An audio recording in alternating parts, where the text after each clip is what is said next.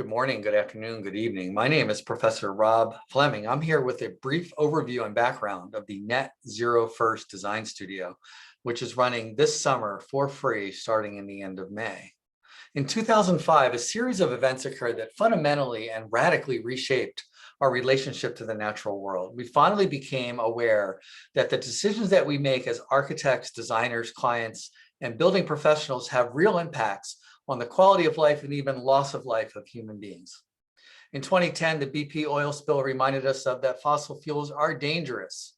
And in 2012, Hurricane Sandy really hit close to home, and the term resilience started to gain fashion in the United States. In 2012 was the beginning of a decade of devastating forest fires.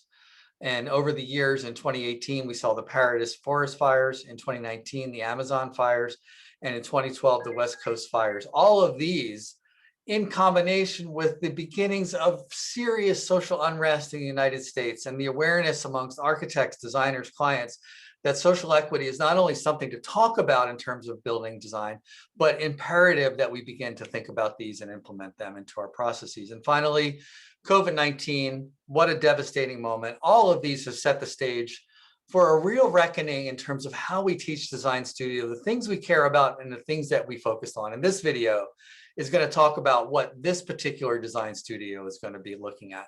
So climate change, bias in education, digital learning, emphasis on collaboration and outcomes have demanded new studio methodologies that make sustainability the prime directive. The demand for social equity, new ways to connect, better collaboration. And finally, what this course is going to be working on is evidence-based design. This presentation will show you one possible way that we as architecture professors can really begin to change the way we think and change the way we design. And it starts really by getting into our ethical core. What is happening deep down inside of us? Why are we motivated to do architecture? And if we're not focusing on sustainable design, then what are our motivations and where do our allegiances lie to the future of civilization? So this pyramid of sustainable design hierarchy is really trying to get at the why, the how, and the what. And we've had plenty of work on this. We talk about net zero energy projects all the time, but we don't really talk about the how and why. Why are we doing it and how are we getting there? And it starts really with examining our own self-awareness and understanding our allegiance to self-interest and our other desire to be empathetic, to have long-term thinking, to think about the overall quality of life. And I think this is the better side of architecture. And I think all of us resonate with that.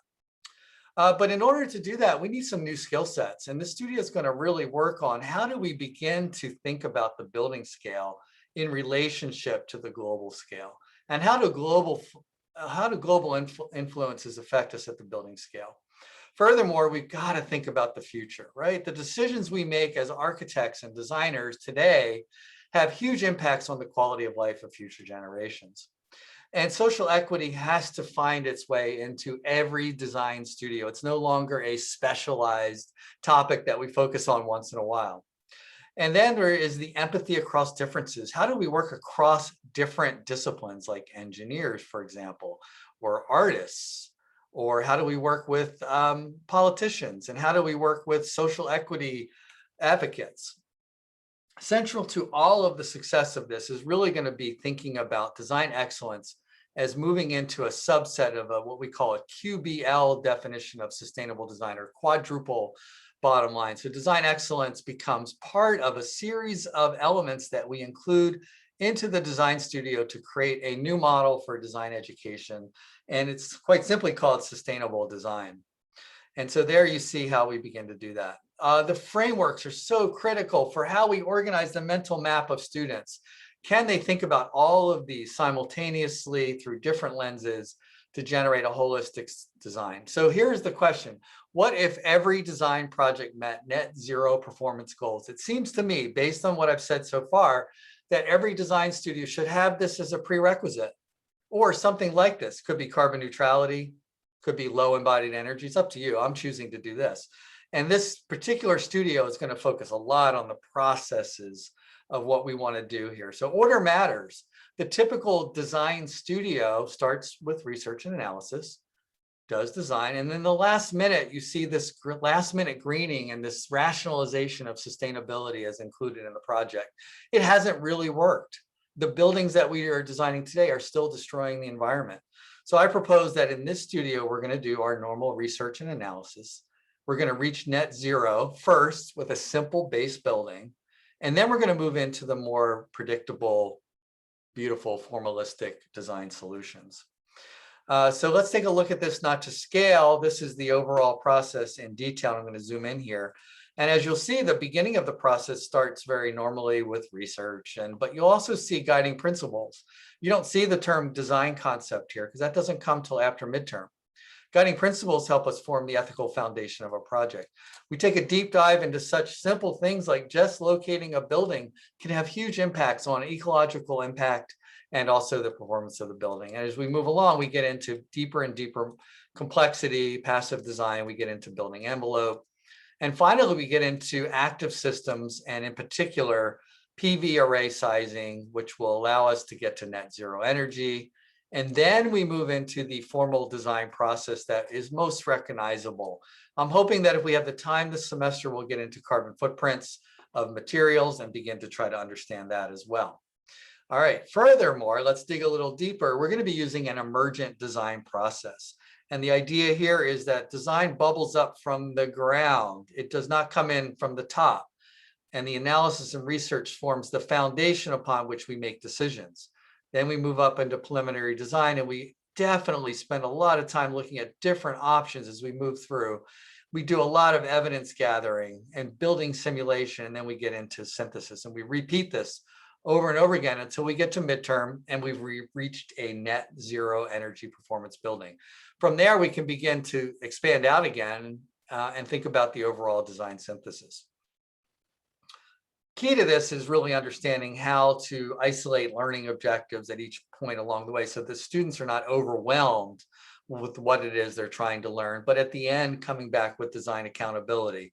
Not did the students do a good building, but were the students accountable to the own goals and guiding principles that they set early on in the process? And to me, that's how we can begin to grade students to understand their performance. What does the work look like? I mean, I still think students can get to beautiful work. This is Sony's work last semester.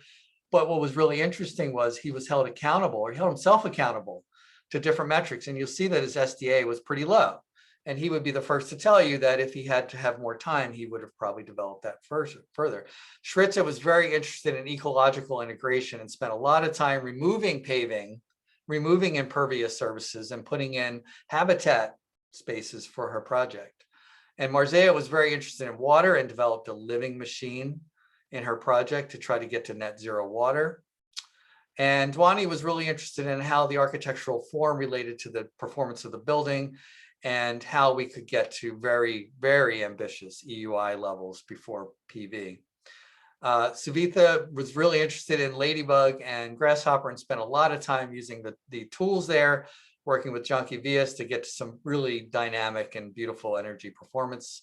And finally, Ahmed Mesali did a project that was exploring the impact of water and the rise of water, but also still trying to get to some very ambitious numbers. And then finally, Kajal also spent a lot of time on water, but really was interested in how to poetically bring photovoltaic into the fold so that it becomes a part of the expression of the project. So that is a really brief overview. And yes, it was heavy-handed. And yes, I'm very opinionated. And if you like that kind of teaching, maybe you'll enjoy this course. We're starting on May 23rd. We're ending on August 15th. This is the only time that I plan to offer this course for free. College credit is not available, but if you do apply to Jefferson and get accepted, some scholarships will be available for you. And then there is prize money for students who enter and finish the entire course. So I'm very excited to working with you this coming summer.